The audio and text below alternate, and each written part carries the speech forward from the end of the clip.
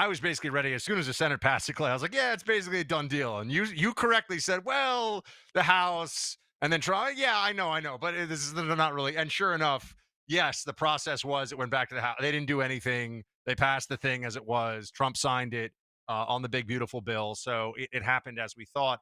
And the objections based on budgetary and spending issues, those did not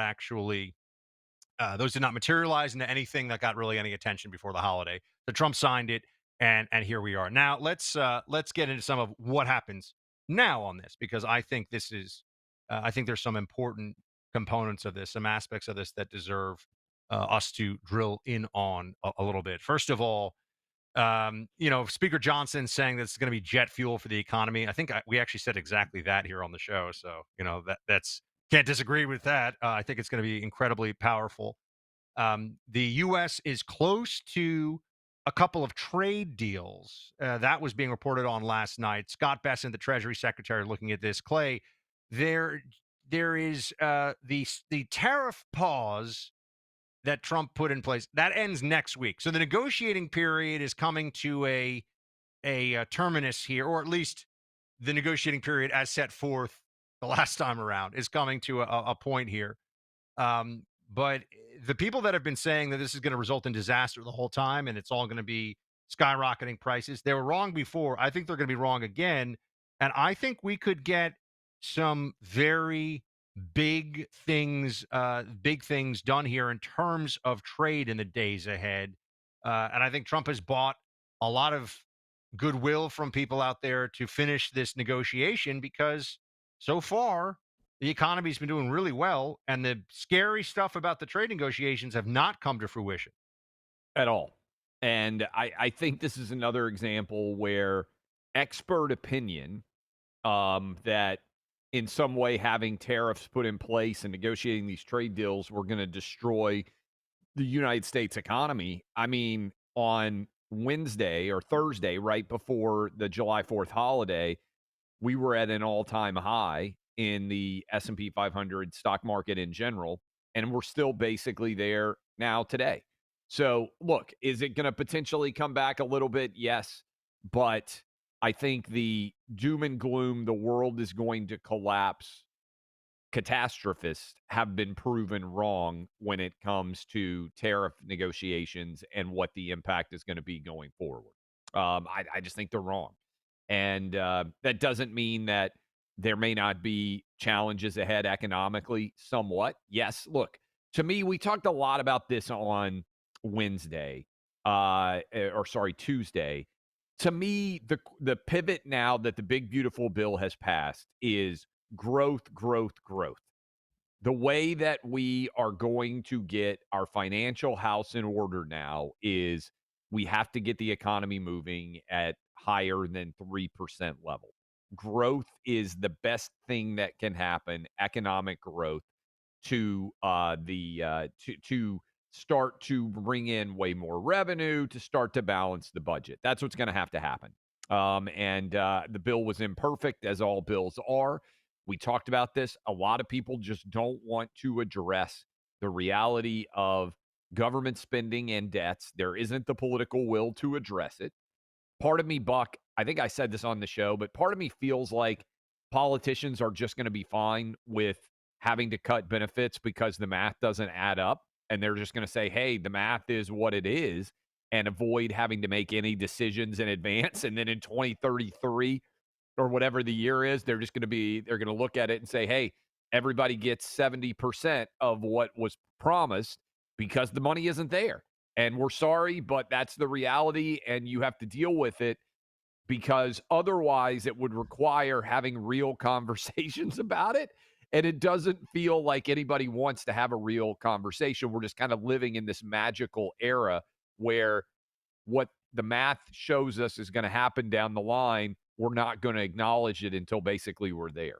There are Democrats who are saying this is going to be what results in disaster in the midterms for Republicans. First of all, if this hadn't gotten passed and if this had fallen apart on the shoals, if this had come apart on the shoals of Congress infighting, that would be far worse for the Republicans because you'd ask, what exactly are they doing if they can't do this? And because they have the votes, as we saw, Republicans have the votes, they got it through. Trump's very excited about it. I would note the attacks on it are along the lines of the cuts to Medicaid. And it's not really cuts, as Scott Besson has pointed out. It's a decrease in the increase over a We've 10-year talked about period. this. Yeah, decrease in the They've increase. allowed to the idea of a cut is just slowing growth. So it's like, hey, you're fat, but instead of putting on 10 pounds of extra weight this year, you put on 6. Nobody would say, boy, that's a real cut. You're still getting fatter. You're just getting fatter slower. Scott Besson reminded Dana Bat. Oh, we should do the CNN. Megyn Kelly did a breakdown of the CNN MSNBC ratings, and it's just crazy over there. No one's watching these channels anymore. That we grew up certainly with CNN as this brand, global news, and all this stuff, and it's completely fallen apart. But anyway, he went on. Scott Bessent was talking to Dana Bash about the Medicaid work requirement. This is cut 3, and listen to him explain reality a bit. I think to have them register twice a year for these benefits that is not a burden.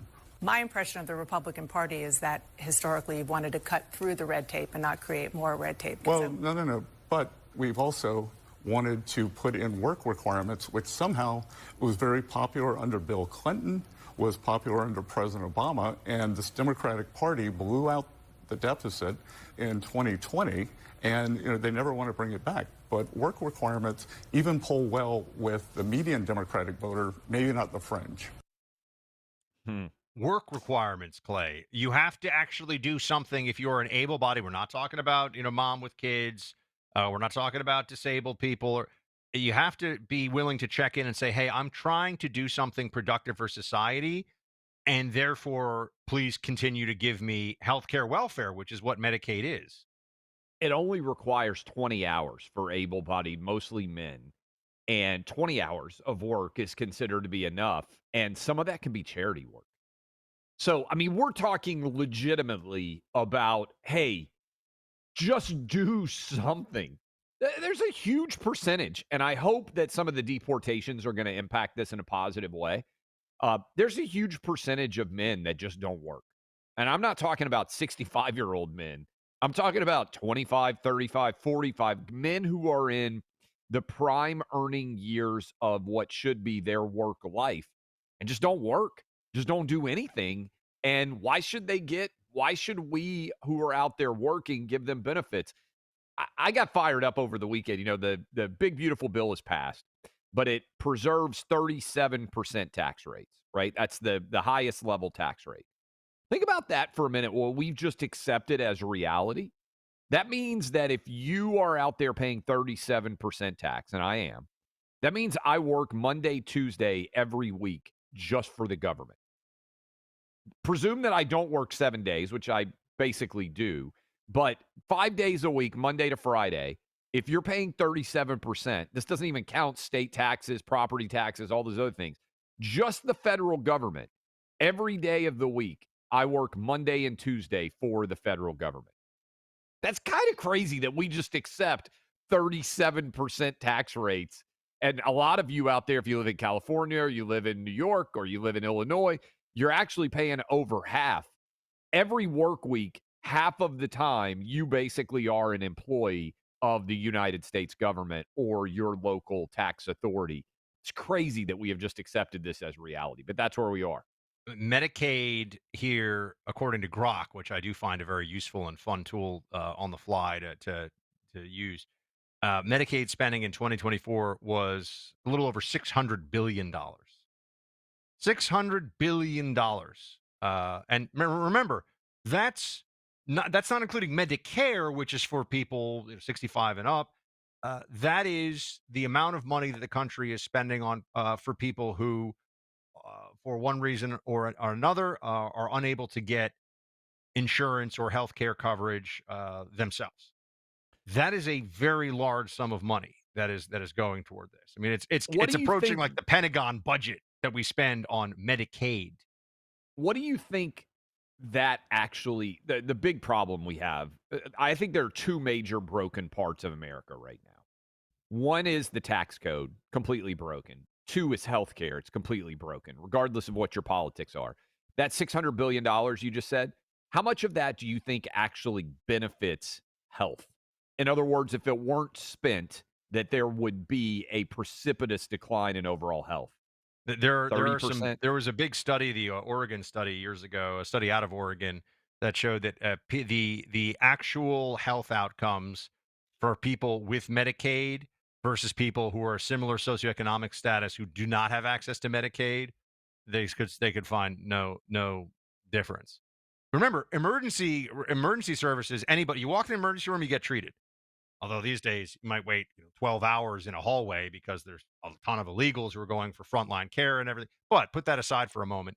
Emergency room care, and that's, there's a moral obligation that society has accepted where if you need medical treatment, you get treated. Okay, fine. But Medicaid is more the routine, the going in for this checkup or that or whatever.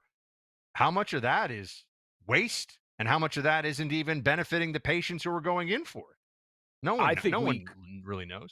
if you ask me, I think we could cut half of all medical treatments in America, all of them, half. And I think we would see no impact in quality of life or length of life, right? In other words, we're just wasting money so much every single day and getting not great outcomes. And if you question that, just look at the average lifespan. We spend way more money in America on healthcare than any other country. We don't live the longest.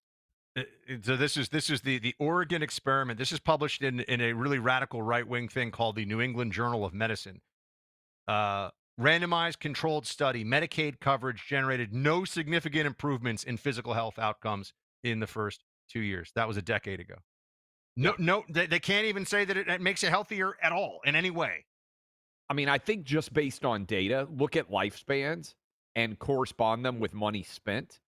We are not getting our money's worth if you compare how long we live to other countries that spend a fraction on healthcare of what we do.